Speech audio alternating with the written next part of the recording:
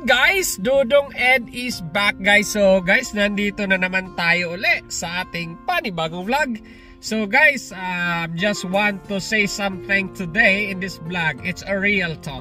Meron kasing nag-message guys, ang daming homeless sa Canada. Okay, ang daming ang homeless sa Canada, which is true, real talk.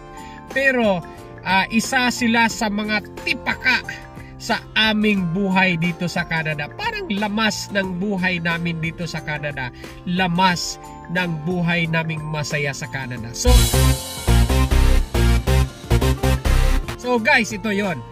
Guys, ayaw yung mag-Canada dahil maraming homeless sa Canada. Eh kung sa US, marami namang homeless siguro. Sa Australia, meron naman talagang maraming homeless. Ewan ko, baka marami.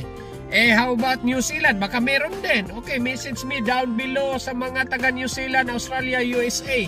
Kung meron dyang homeless. O saan kayo? Eh, o kung sa Pilipinas. Eh, ang nag-message sa akin is taga Pilipinas eh. Eh, sa Pilipinas kasi, hindi natin tinatawag na homeless kasi Tagalog eh. Eh, hindi naman natin tawaging homeless doon. Ang daming tawag doon eh. Pwede nating tawagin na walang bahay, oo. So, di ba? So, ngayon guys, kahit saan, marami talagang homeless. Hindi yun ang rason na bakit hindi tayo mag-Canada, dahil maraming homeless, hindi tayo mag-USA, hindi tayo mag-New Zealand, hindi tayo maraming rason. So, guys, if you really want to know about Canada, marami akong mga vlogs in this YouTube channel. Then, if you want to have a dream to go to Canada, to come to Canada, guys, hopefully your dream will come true.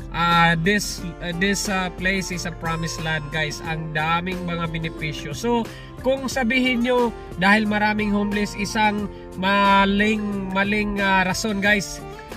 Siguro kung sabihin mo ibang rason, baka maniniwala ako, pero ayaw mong mag-Canada dahil maraming homeless.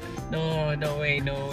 Guys, yung homeless na yan, sila yung nagpapasaya siguro sa trick ng buhay natin dito sa Canada. Maraming mga mangyayaring maganda sa Canada. Within 3 years, nagiging PR ako sa Canada.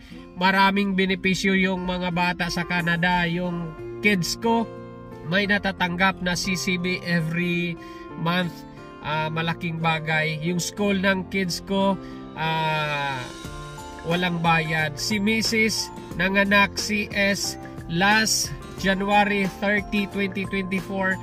Even $5 wala akong binayaran from the beginning of our family doctor every week check up. Nothing at all. So guys, hindi dahil sa maraming homeless hindi ka mag-Canada. Wow! Get inside Canada and you will know how beautiful is the place, the lake, and everything. Oh, you will be amazed. So guys, guys, before we'll end this video, I know this is just a quick video dahil na may nag-message sa atin, but it's amazing video. Salamat pala, may content ako dahil sa iyo.